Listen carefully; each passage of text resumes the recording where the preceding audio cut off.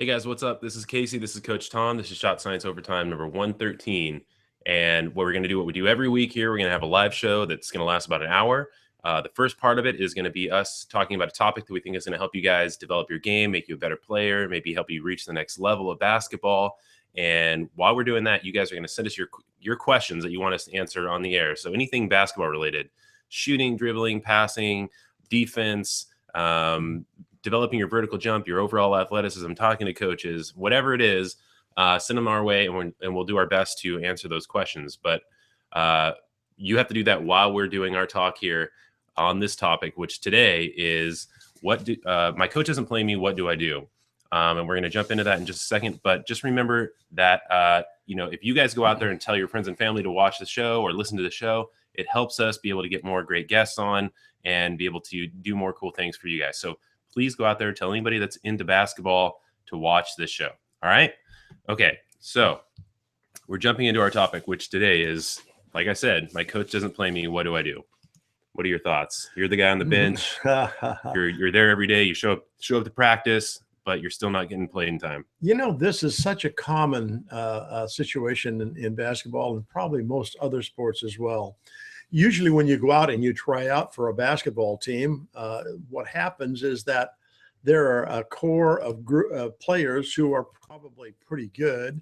Then there's a middle core who are okay. And then there is another several players, maybe 2 to 4 players, who don't have very good skills, aren't very strong as players. And so oftentimes they're the ones who don't get to play very much. And you kind of feel for them because they want to be involved just like everybody else. I wouldn't say that's always the case. I would say that that's can be the case. I would say that also there's times when coaches have a core group of guys that they know that they've been working with for a long time, that they feel comfortable with, that work with their system, whatever it is.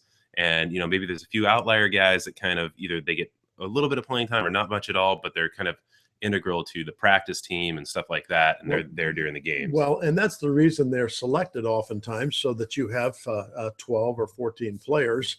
And so usually some of those people that are right on the end of that selection process aren't very strong, but they can help out in practice because they give you a live person to work against. And a lot of coaches too, they don't really play with squads or whatever. They play like a core group of guys. Yep. And those are because there's different ways to approach coaching. There's the guys that do like squads and they do a lot of substitutions, but then there's guys that really, they kind of have their guys set up and maybe it's a 6 or 7 man rotation. And that's pretty typical. I think when you kind of get into the varsity level of basketball is that usually there's a core group of 7 or 8 guys who do most of the playing throughout the games, and other guys are fed in for maybe something that they bring to the game. Maybe it's their speed, their quickness, or whatever, and they get to come in for, a little bit. One of the things that the coach does at the school where I coach is that the freshmen,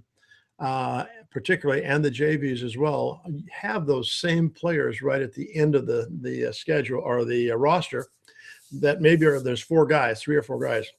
But his rule is this: he tells the coaches that those guys have to play a minimum of 4 or 5 minutes in every game, which I think is awesome, because one of the things you want to do is to remember that when you're playing on a JV team or a freshman team, that you want to develop players that can go on and play on your varsity level.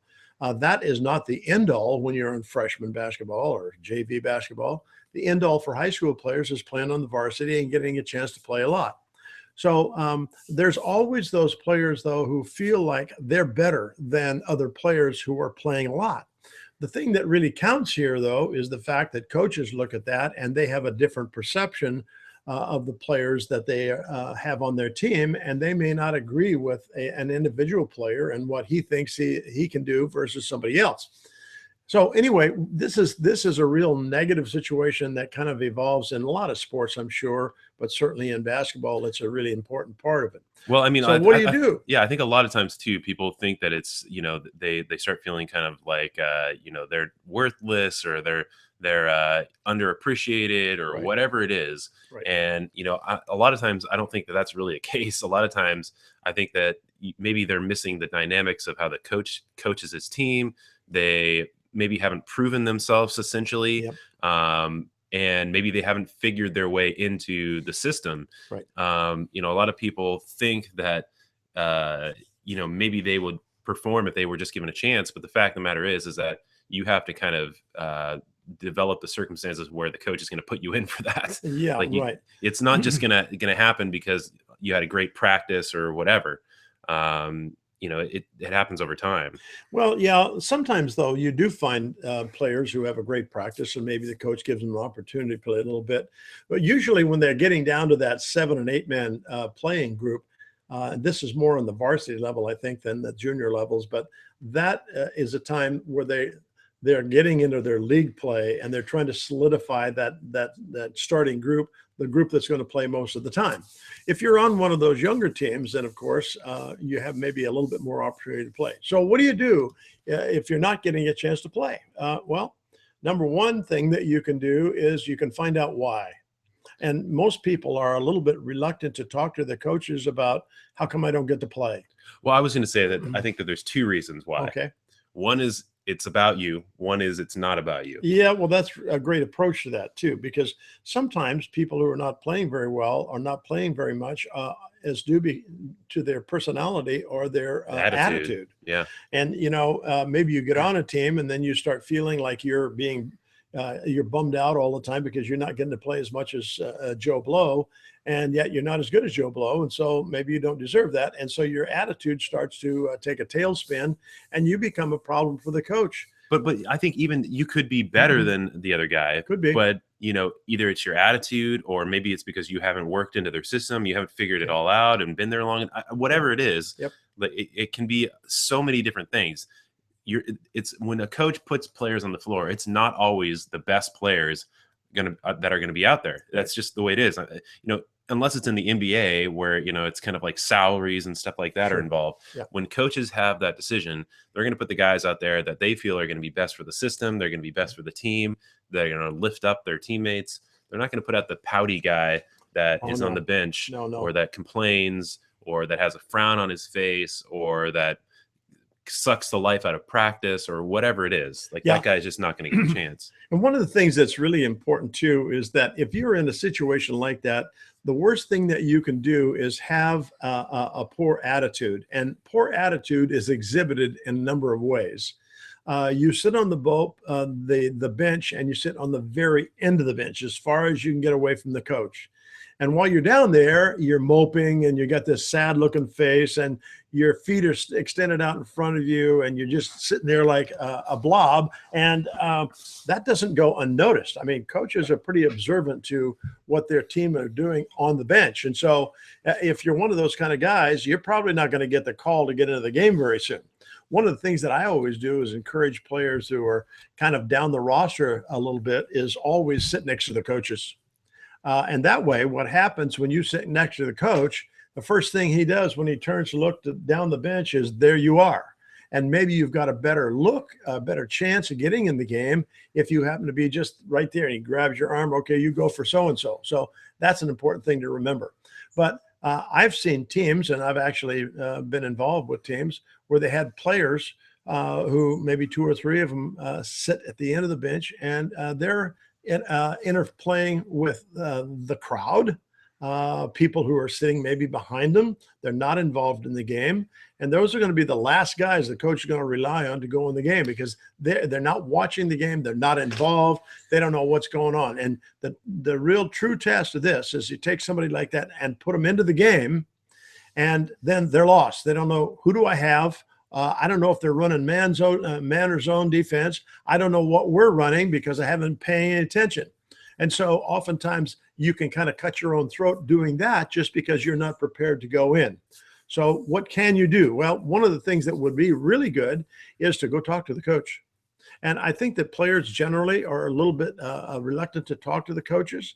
I don't know, maybe it's out of fear or whatever, but coaches usually are pretty good guys. And if you approach them in a very positive way, not a negative way, they'll talk with you. Or an entitled way. I think that's an entitlement too. If you show up and you say, "Hey, why am I not playing?" Exactly. They're going to be like, "Well, you just answered your question right there." Yeah. But if you go in there and you say, "Hey, coach, I'd really love to be able to get some more playing time. Is there anything that I could possibly do Are you seeing anything that jumps out at you that I need to work on, or whatever it is?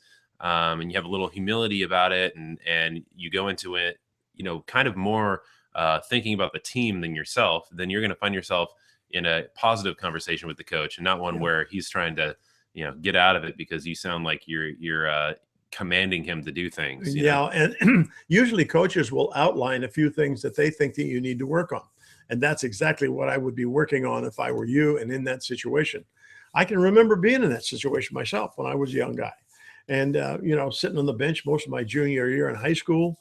And I would be willing to say that at a guess, I might have played 15 minutes the whole year. And I was a bench warmer. I sat there on my rear end most of the time. Then events turned around when I was a senior year. And because of something that I was able to do that they found out that I could do, and I realized I could too. And then I got to play, became a starter. And so that's kind of how that went for me. And I think that goes that way for a number of people too. I've had players who 1 year they can't put foot one in front of foot two. They just are not able to do much. And then all of a sudden they spent time on it, and then they start to show that in practice, and pretty soon they're able to get a little more playing time. But your attitude on the bench is huge. And your attitude and how you deal with your teammates is huge. Attitude and how you deal with your coaches, huge. And just how you're going to be perceived as a potential player and getting on the floor. Yeah, I mean, and just think about the statement that you're making with your attitude too. If you're the guy that's pouting, you're the guy that's sitting at the end of the bench, you're the guy that's in a conversation with your buddy at the end of the bench, or you're doing this celebration thing at the end of the bench and not really being into the game, and maybe you're pissed off, or you're angry, or whatever it is, you've essentially presented yourself as the guy that doesn't even really want in the game. Yeah. You've talked yourself out of it. And the coach is going to see that. But if you're the guy that is attentive, you're sitting there at the front of the bench next to the assistant coaches. If you can get up there, you're into the game, you're leaning forward, you're cheering on your teammates when they do something well, but you're also paying attention to the game. You can see what's going on. If the coach subs you in for any player on the floor, you know what the situation is. You don't have to be like scrambling to figure out, am I in zone? Who am I guarding? Who's what's this offensive scenario? Blah blah blah.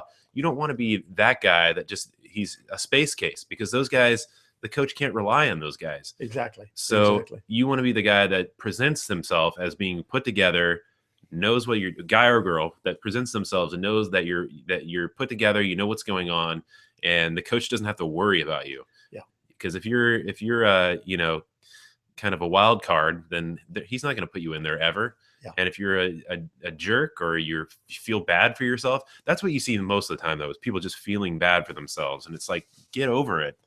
If you're not where you want to be, then that's all on you. It's not on the coach. It's not on the other players. It is 100% on you, because you can turn it around. Well, you can turn it around, or you can leave. Once you are on a team, there's nothing says that you have to stay there for the rest of your life.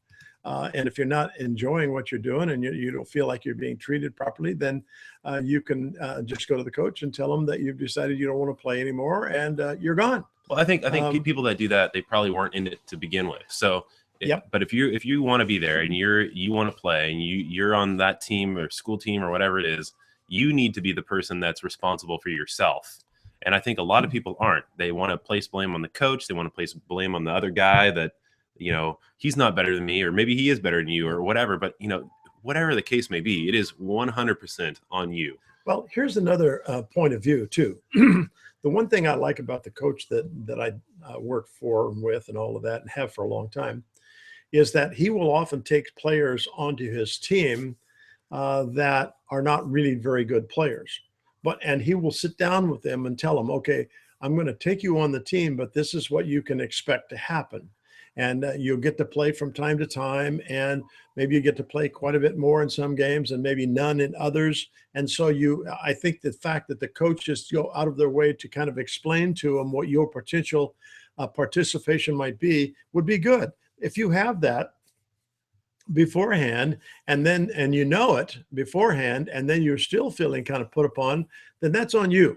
And you have to kind of get over it. Or like I said before, you can always walk away. Okay. And I'm not saying that's what you should do, but you don't want to be in a kind of a pissed off situation all the time, feeling bad about the fact that you're not getting to play as much as you think you should play.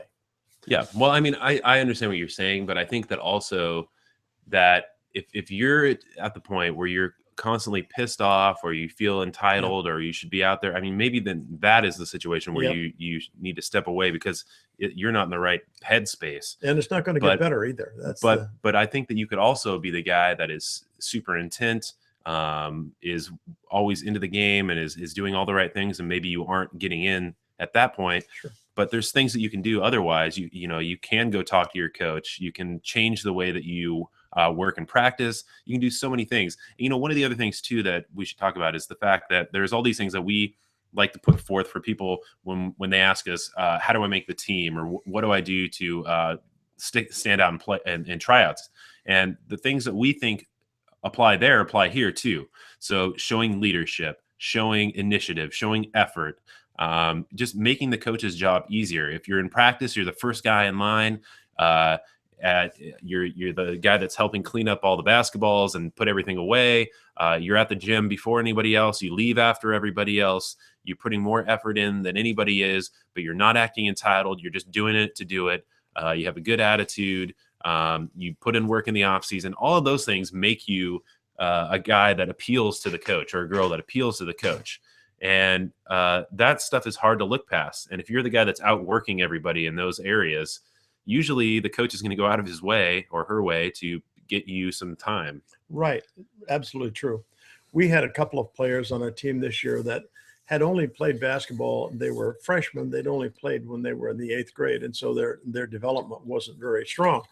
And they continued to get better just through practice. And finally, as we got toward the middle and end of the season, they were able to get in and hold their own for 2 or 3 minutes at a time. And so they got that kind of time. And now one of them is really involved in developing his shooting and ball handling skills, because he wants to be better for next year. He wasn't satisfied that he didn't get enough playing time this year. And to be very honest with you, probably next year he'll get a lot of that. He's still probably going to be playing on the junior varsity team next year, but he'll probably be more of a participant next year because he's putting time and effort into getting better. Right. Okay. So to wrap this up, it's mostly if you're not getting enough playing time, it's something that you have to take control of. There's some of those minor tweaks that we think that you can use.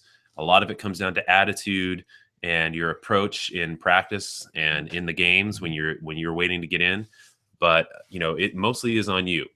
It's probably not a problem that your coach has. It's probably something that you need to address. And it's not because you have a problem either necessarily. It could be, but it might be just because you need to do a couple of tweaks, or you need to kind of establish yourself a little bit. Yeah. Right. Exactly.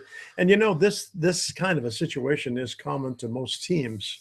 It really is, whatever teams they happen to be, is that the better people are probably going to get the bulk of the playing time, and those that are not quite as strong probably are going to get a little less. Yep. Well, anyways, Hope that helps a little bit. Yeah. If you guys have any more questions about that, let us know. I'm sure that, a handful of you guys are probably in that situation because, that's one of the reasons why you maybe watch us. So if you need some help or you need some encouragement, let us know and we'll do our best. Sure. So you guys have been sending us questions while we've been talking. You can continue to do that. The best place to send your question to us is on Twitter. We are at Shot Science on Twitter. We are also on Facebook, Google+, Instagram, and on Snapchat. Pretty much anywhere you can find us, we are just Snapchat, or we are Shot Science, excuse me, Snapchat on the brain. But make sure that you follow us there and send us those basketball questions, and we'll start in on the Q&A right now. Okay, so let's go to a first question here. I'm gonna refresh. Let's see. Okay, this one is from our friend Giddy Witty, who says, for a while, I haven't been scoring as much as I hoped, so I adjusted my expectation for myself today. I played great and felt accomplished. When should I raise my expectations back to the initial goal? Maybe I should talk about goal setting and stuff like that. For me, I know that setting goals, it's great to have a pie in the sky goal, something that you can work towards. But I think it's better to set kind of stepping stone goals that are kind of more progressive and work towards that larger goal. So instead of having this huge thing that's looming over you that you're trying to achieve, set some smaller goals that you can kind of hop to instead of making this huge jump. And a lot of times we talk about that when we're talking about developing the vertical jump or becoming a good long range shooter, Right. or just a great shooter in general. If you take those minor goals and you start adding them up, you reach that big goal eventually, and it's not going to be nearly as stressful or intimidating. So I think that what you're doing is probably great. I don't think you need to set yourself back to your initial goal just yet. Set another incremental goal and just incrementally set goals, right? Well, I'm a little different in mind on that. One of the things that I think is important is that you want to take and play as well as you can play, and you want to take shots when they're available, and you want them to be good shots. And by setting scoring expectations for yourself, I think you set yourself up for failure, because what happens is that even the really good players, they might be averaging 16 points a game, and you're going to have a night where you get 10 or 8 or even possibly none. And so I think what makes more sense to me is this: working to be as an effective player as you can be and score whatever you can score in that individual game. And it's going to be different in probably most every game. If you are searching, trying to get this this expected number of points every game, you're going to be enticed into making poor shots. You're going to take and make some poor judgments about shots. You're going to take and probably not give the ball up to other players, possibly when you could, and they would score much easier than you. And I think the better approach to it is this: I don't like the idea necessarily of expecting that I'm going to make 16 points a game. What I think probably is much better is work to be the most effective player that you can be, and let it all the card just fall on the table. And that's going to probably be a much better, safer way for you to go. Okay, I think I agree with you. When I'm talking about setting incremental goals, I'm thinking more about just training and developing your game in general. I'm not thinking about scoring and game performance as much.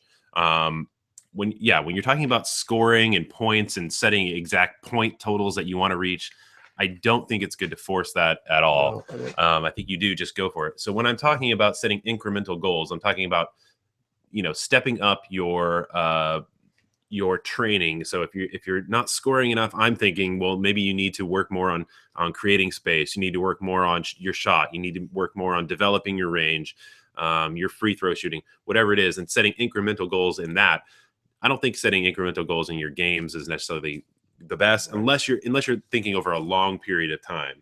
So I want to, over this season, I want to add, some more points to my scoring totals, or I want to have more assists, or whatever it is, something very general. I don't think that you set those goals necessarily for exact points or attributes or whatever. Yeah, what you do is you kind of put yourself ahead of everything else. It becomes an I situation instead of a we situation. And I've kind of explained how I feel, and Casey is as well. And so we can let that one go. Okay. I mean, we were saying the same thing. Yeah, we were. Yeah. Jerbs G was asking us, "Hey coaches, me and my girlfriend had a debate about what gets us better playing basketball. I told her drills get me better and build my confidence, and she said playing 5-on-5 gets her better and builds her confidence. What do you think? What gets you better and improve your game overall? And oh yeah, are you guys from the Bay Area? Because that's how you deal with the Santa Cruz Warriors." Yes, we are in Santa Cruz ourselves, so we do work with the Santa Cruz Warriors. But going back to your question, I think they're both right. Well, I think both are important. And one of the things that I'm going to have Casey kind of tell you about this, because it's something we say every week, and that is how you develop yourself as a player. Go ahead, the 3 pillars. Yeah. So, I mean, we like to believe in this thing that we call the 3 pillars of practice. And what that is it's an approach to practice that we think best helps you develop your skills and your game. And you can apply it to shooting, dribbling, ball handling, passing, whatever it is. It's how you really develop your playing. And the first pillar is kind of slowed down, diligent, form development. So you're just working on your mechanics. That's the learning process going on right so there. you slow everything down, you break it all down into its pieces. You're not trying to force anything. You're just putting everything together and dialing it all in. And that's, you know, in terms of shooting, that's like doing the form shooting drill, Right. where you're putting everything together at a very slow pace and making sure it's all dialed in. Second pillar is what we call game speed, game intensity practice. And that's where you step it up so that everything isn't slowed down. You're speeding it up to the game, or to the speed that you would actually see in the game, and the intensity that you would actually see in the game. So maybe you have somebody come in and play defense. Maybe you kind of mentally visualize somebody as they're playing defense, but you're playing at the pace of the game. And you know, maybe you were doing something like some spin shooting drills, like the ones that we promote for Dennis Stanton. Or you were just doing, you know, a repetitive drill with somebody else stepping in and working on that. Whatever it is, you are stepping it up to the next level. And then the third pillar is actual game experience. And you're going out there and you're applying everything that you learned in the first two pillars to actually playing against people, so that when you get into a game that counts, you know what you're doing and you've been there before. And that third pillar, it can be pickup games, it can be traveling team AAU games, it can be high school, school games, it can be whatever it is, you know, 3-on-3 tournament that you go to, whatever it is, it doesn't matter, but you're just getting game experience. So going back to what you're saying here, it seems to me like Gerbs G is kind of invested in the first and second pillars, and his girlfriend is invested in the third pillar. I think you need to be invested in all three, and you will find the best kind of payoff doing that. That's really the truth of it. You know, it's really hard to be a really good player 5-on-5 unless you've developed some skills along the way to make that possible. And so by just going out and playing 5-on-5, certainly you're going to improve a little bit. But the thing that is really going to make you improve is where you spend time learning and development, and then you go to game speed execution, and finally you take it to the court where you experiment and see how it's going to work for you. So I tend to agree with Casey on that. Probably I like your approach better. Your approach better? What do you mean? The young fellow that we're talking about, not his girlfriend. Well, I think all three are important elements. Well, they are, but the point is that she's just taking it to the game and not really being involved in the other processes. Yeah. Well, I get you, but I'm saying that I think that they both of them are partially right and partially wrong. I think you need all three pieces. Yeah. Okay. I'm on his side. Okay. Oh man. Okay. This is a tweet from Mark Lapointe, MVP, who is at Nerf Marky on Twitter. He says, "I have trouble shooting mainly because I am 12 years old and 5'1" shooting guard. I can't get the ball up right." Okay. Well, we're not 100% sure what you mean exactly.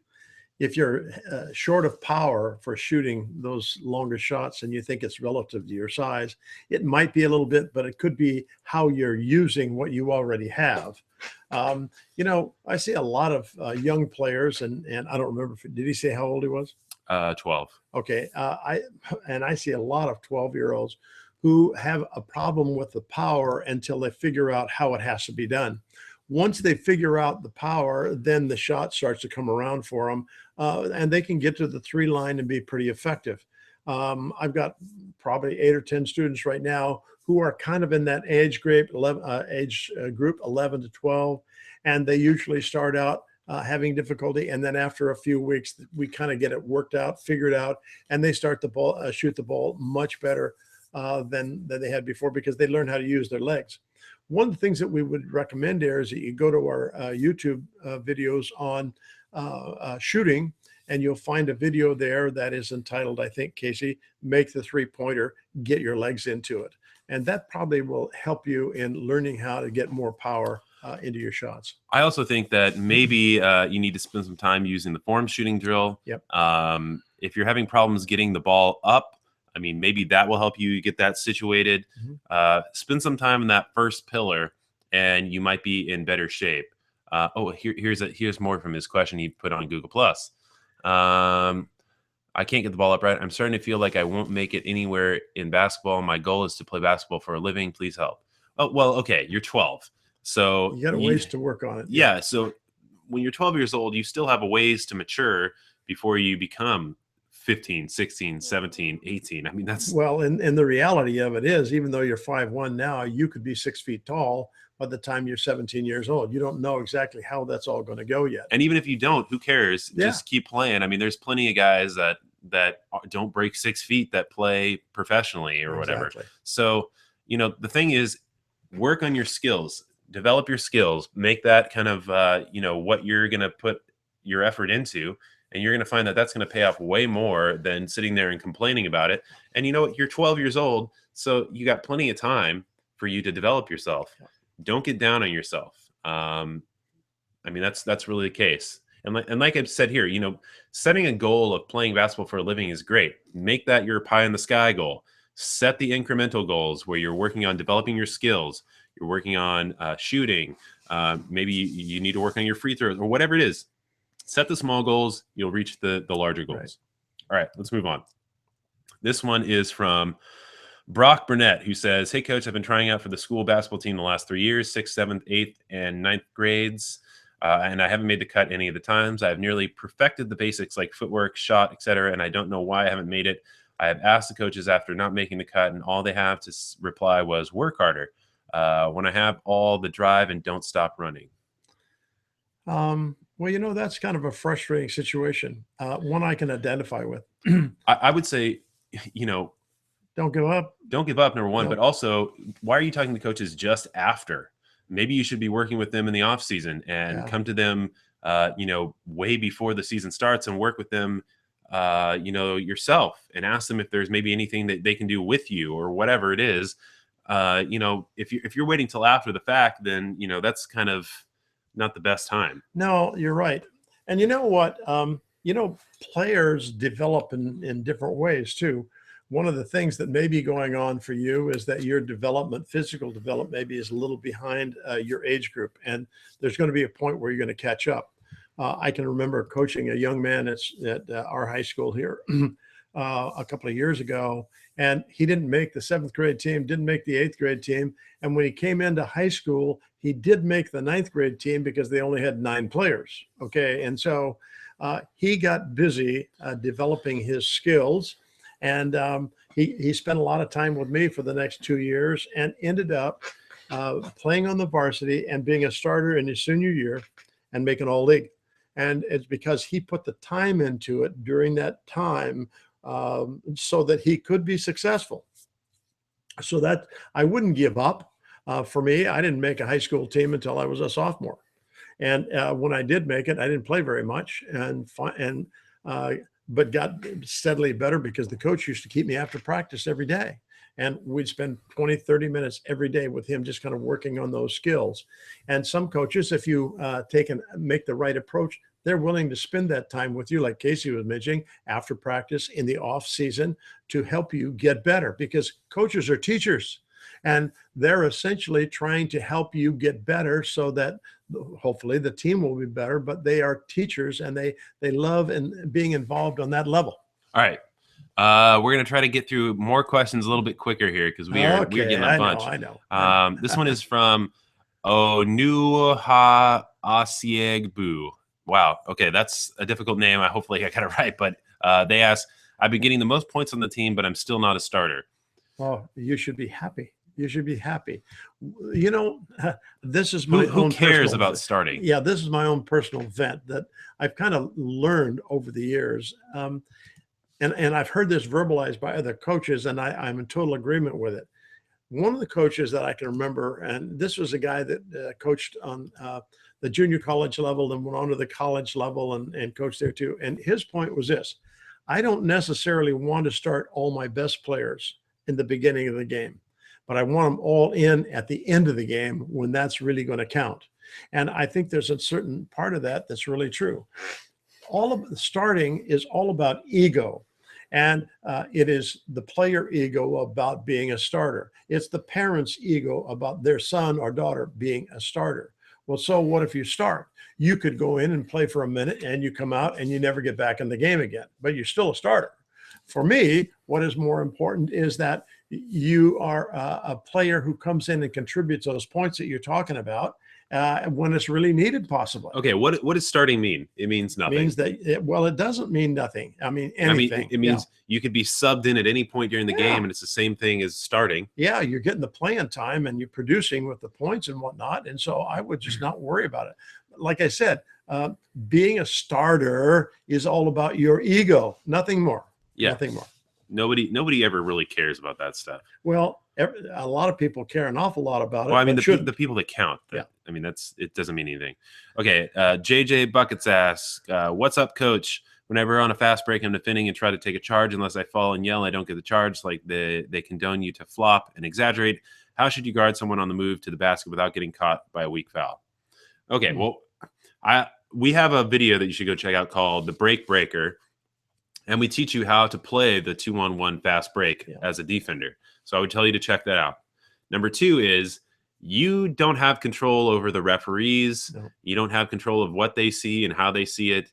It's unfortunate that flopping is even an issue, because if refs were on top of it, they would not call flops. But people trick them and they get caught doing it. And that's really more on the referees than it is on the coaches or on the players. I mean,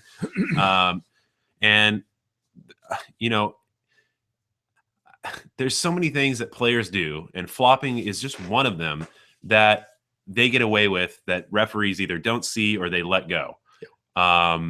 And flopping gets all the headlines and all that stuff. But I mean, there's so many things like grabbing on guys and clamping down on their arm and pushing into their back when they're trying to jump for rebounds, or getting lower than them on a center of gravity and pushing them or backing them down.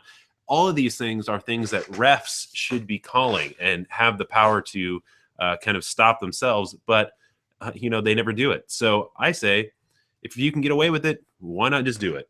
It's not a foul unless they blow the whistle. Yeah.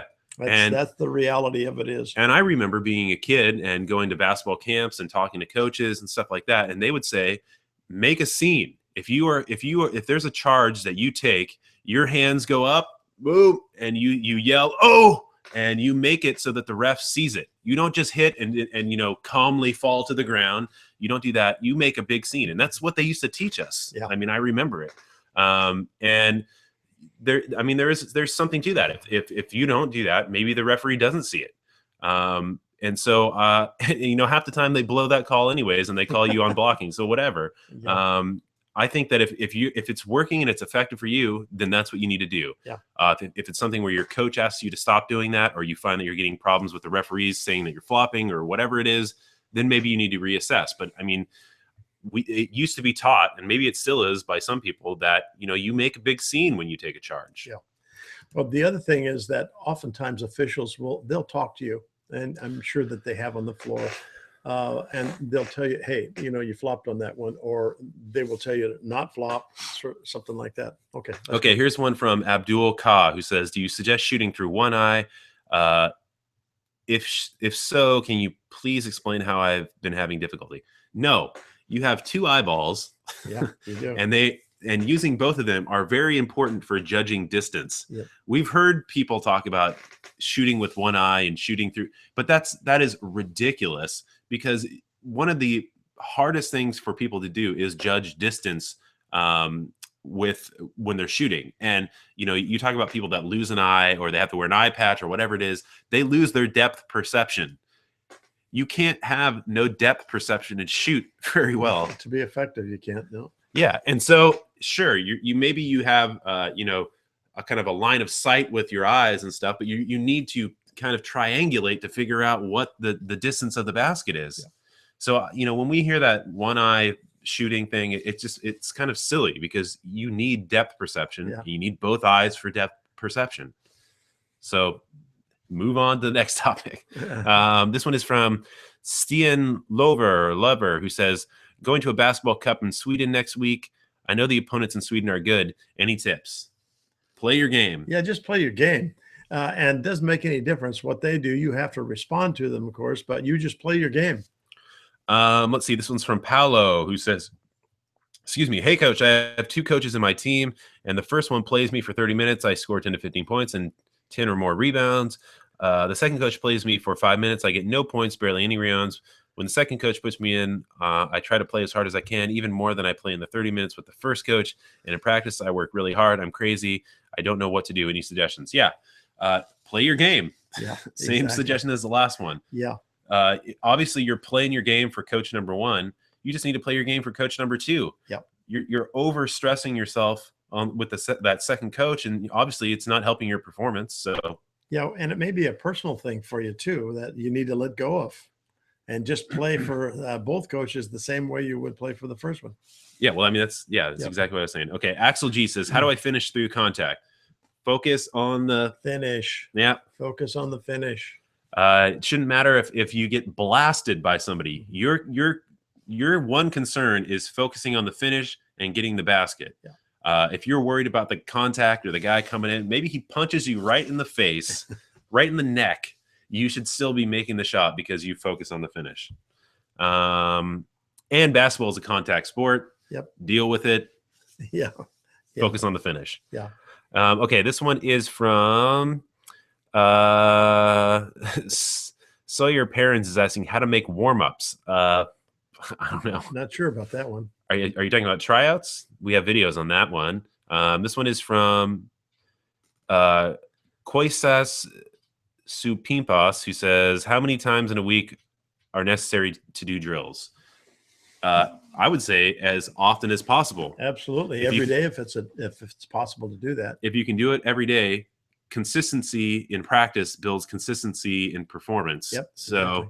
if you want to have your shot on Friday, you better be practicing Monday, Tuesday, Wednesday, Thursday. Yeah, exactly. Saturday, Sunday. Yeah. Because if you only practice on Monday and you do nothing Tuesday to Thursday, good luck on Friday or Saturday when you're trying to have your shot. Yeah.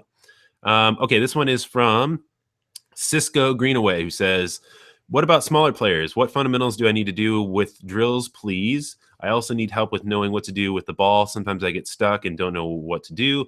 Lastly, for some reason, I'm good with and flashiness, but not basics. Okay. Well, smaller players should be working on the same thing as taller players. There is literally no difference, especially when you're a young player. Yeah. Taller players should be working on their ball handling. They should be working on their shooting. They should be working on their free throws. They should be working on their defense. Whereas small players should be working on all of those things, and they should also be working on their post moves and being able to do things inside and rebound, whatever it is. If it doesn't matter who you are, what size you are, how much you weigh, what you look like, what color your hair is, you should be able to do everything. You should be a well-rounded player. Versatile player. You should be able to play any position. Yeah. One of the things that we answer almost every week is the same question, the same idea.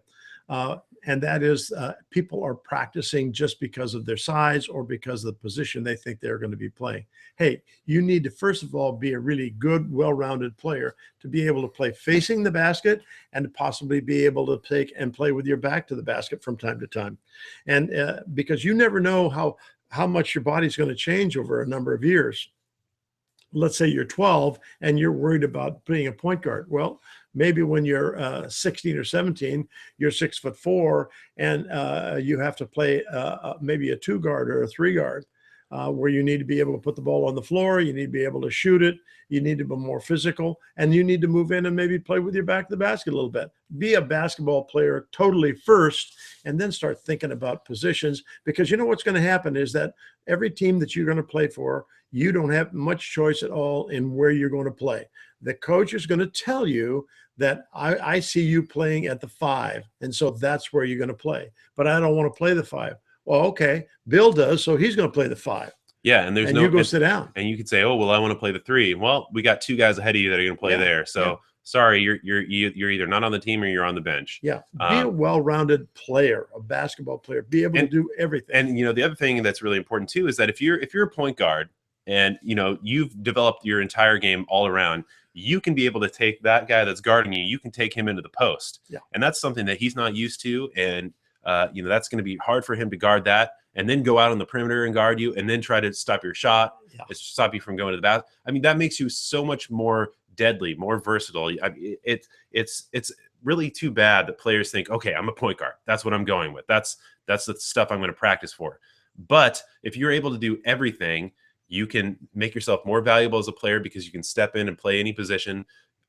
If you are set at a position, you can also go in and do those skills that are kind of more particular to, the opposite position where it might be, a 5 or something, but you can go in there and post up a guy if you're a point guard, whatever it is. But you just find yourself being more valuable to the team. Well, and more valuable to yourself. Stop and think about this. You go onto a team and you're all set to be a point guard, but they've got 3 guys in front of you. And now what are you going to do? Well, you probably do a lot of sitting, but if you can take and fill some of these other shoes, maybe they only have 1 or 2 threes, or maybe a 1 4. And maybe you can step in, and because you have these abilities to do these other things as well, that makes you a really valuable player. Okay, bottom line is, doesn't matter how tall or how small you are, or what position you play, you should be focusing on every single type of skill and developing all of those. Okay, so let's move on. I think we're lightning round pretty close here, so we need to really work on it. I'll try. Okay, let's see. This one is from... Well, actually, we need to answer the last part of this too. He's saying needs help to know what to do with the ball. Sometimes I get stuck. That just means you need to get more experience playing. Experience will help you figure out what to do, and you won't have to think about it. And then lastly, for some reason, you're better with flashiness, not the basics. That doesn't help you a single bit. Nope. The basics, the most essential, most efficient things are going to get you the most payoff. Yep. Flashiness gets you 0. Yeah. If you're lucky. Let's see. This one is from Jason Daly, who says, "Hey, Coach, how much use? Yeah, that's not right. How much should one make of their arm? How much use? How much use should one make of their arm or their off arm when dribbling the basketball to protect it? Also, is pinning your defender's arm when they try to reach in your off arm a smart tool to make driving past them easier? Essentially, how many ways are there to use your off arm when dribbling? Thank you." Okay. 2 things. You should use your off arm as an arm bar. So, you're essentially putting yourself and your arm between the defender and the ball that you're dribbling, right? Yep. This is a strong hand. You get your pinky out. They can't push through that. And if they do, it's going to be a foul. And if they're reaching, that's when you go by them. Yeah. So go watch our video Defense 101 to see more about that, or not Dribbling 101. Dribbling 101. And we talk about the arm bar. The other thing is that there is another thing that you can do with that off arm, and that's called the hammer. And we teach that in our video called the hammer. And what it's about is if a guy is coming in there and he's hand checking you and he has his hand on your waist or on your body or whatever, you can use that off arm to essentially peel that hand off, hit it, knock him off balance, and he'll think about doing that next time when you go down the court. But it's as you're going by them. So I would suggest checking out that video. That would be good. Let's see. This one is from Padmore29. He says, "Hi, I'm 16 years old and 6'1" and pretty skinny. I want to start getting more bulky, but I heard that if you put on more muscle, you get slower and lower vert. Is that true?" Okay, well, here's the thing. I would say don't focus on bulking and doing all these things because I don't really think it's very essential. I think that what you should do is continue developing your skills because that's going to take you much further than anything else. Yep. Doesn't matter if you're, a big thick dude or whatever. I mean, you can look at, some guy like Blake Griffin. Sure, he's nice and thick and bulky and strong, but then you look at somebody like Kevin Durant. I mean, he couldn't even do like a push-ups when he first entered the NBA. But the skill level of Kevin Durant far surpassed his bulkiness or his strength or whatever he was, lacking in. And I think the same is true for anybody. Focus on your skills. That will take you further than being any kind of, monster muscle guy. Number 2 is that if you want to develop, maybe some strength or whatever, focus on kind of game specific training, conditioning type of things. So doing stuff like body weight stuff like push-ups, pull-ups, sit-ups, jumping rope, any of the stuff from our vertical jump videos that we put up, that kind of stuff is great. I don't think you should be spending all that much time trying to put on muscle using weights and all that stuff. I don't think it pays off as much. And I did that stuff. I don't think it's necessary. Spend more time on your skills. Right? Yep, I agree with that totally. Let's see. Okay. And Antoine Heisenberg says, "Hi, my coach sent me to the bench at every error, and I can't play my basketball. It makes me frustrated, and I can't enter in my match. Today, I have to play about 4 minutes of the 40 minutes of the match. What do I do? Thank you, and sorry for my not perfect language. I'm French." Um, well, Antoine, I think that you need to go back and listen to the first part of our chat today, because we essentially talk about all of that stuff. Yeah. A lot of it might be your attitude. Um, and the fact of the matter is that no coach is required to play you a specific amount of time. And you kind of have to prove yourself to them. And if your attitude is not good, then you're not going to be playing those minutes. Yeah, there's another thing too that comes into play here, and that your coach takes you out at every time you make a mistake or make an error. I don't agree with that too much. If you make a couple of errors, then I'm all for getting you out of there. We talk about those the errors or mistakes that you made, and then I'm also all for getting you back on the floor right away, so that you understand that you've made those mistakes. You're going to correct them, work hard. When I take you out and I sit you for a long time, that is a negative kind of approach for me. I think you don't learn anything by it, and it kind of makes you angry. And maybe when you're angry, you don't really learn much from it either. I think that we get an awful lot more out of players when we take them out of the game, we talk to them for a couple of minutes, and we send them right back in there again. That we don't punish them because they make mistakes. Nobody intends to make mistakes, but we all do. But that's great. But you're not his coach. That's the point I'm making too, is the fact that coaches are different. I just don't happen to agree with that approach. Yeah. So I mean, the fact of the matter is that it's on Antoine to figure out what he can do to help himself. Yep. Being pouty, being pissed, being upset, that will get you nowhere. Worrying about making mistakes will get you nowhere. The best thing you can do is just be free and play your game. Yep. If you make a mistake and your coach takes you out, stay in the game, stay, very intent, work with your coach, be the guy that he wants you to be, and you will find yourself playing more time. And sit right next to him when he takes and puts you on the bench, so that when he's looking for somebody, you're the first one he sees. Okay, lightning round. We are screwing this up big time. Onuaha Asiagbu says, "I've also been trying to score more threes and keep trying to find space with defenders, and I can't." Okay, well, you're trying to score more threes. Are these good shots? Are these the shots that you should be taking? If they are, then that's good. If they aren't, then you're forcing it. If you're trying to create more space, there's many things that you can do. You can create space moving without the ball, and you can go check out our videos on that, where we have a playlist where we talk about the L cut, the V cut, and the backdoor cut. And then when you have the ball, there's so many things you can do too. And go check out our offensive moves playlist. Absolutely, yeah. And it just takes work and effort and experience. Let's see. Christian Jones says, how do I become better at finishing in traffic? I'm 5'7" and I'm in the 9th grade, which is small for a point guard. When I drive, I can barely see over anyone. What should I do to improve? Okay, you shouldn't be able to really see over anyone, really. Yeah. Finishing in traffic. Well, I would say that when people talk about finishing traffic, are they forcing shots? That's my take on it. That you're trying to force your layup or whatever the finish is around the basket. And, sometimes that just is a negative approach to it.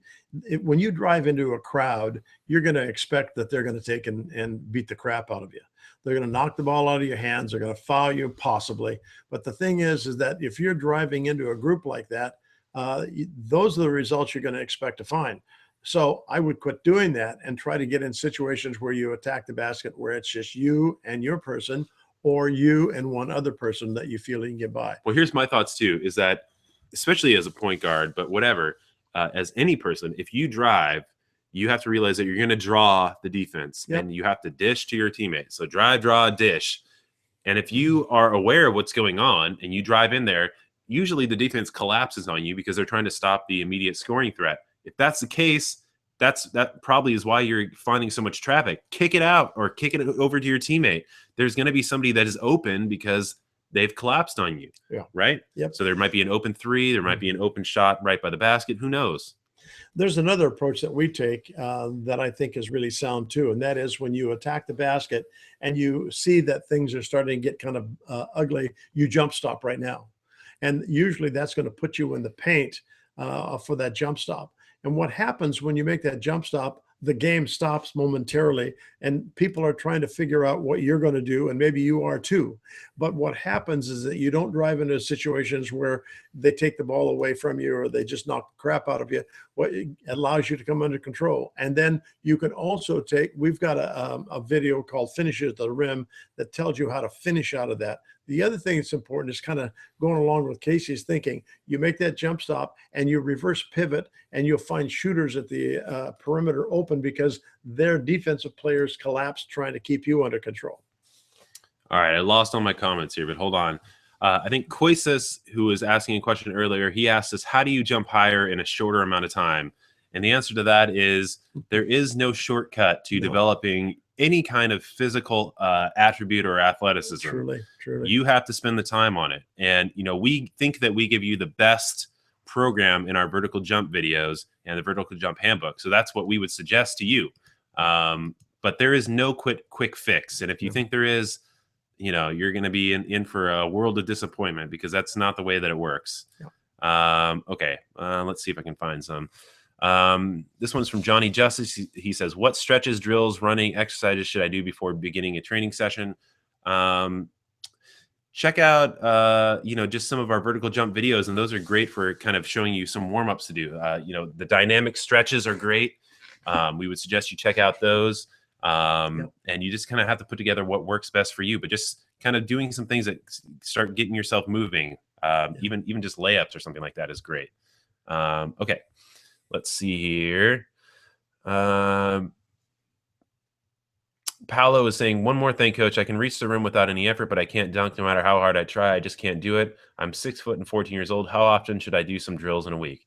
Well, I would say it doesn't matter if you can reach the rim or not. That's one of those things where people, they want to dunk so badly, but it is literally one of the few things in basketball that really is not essential.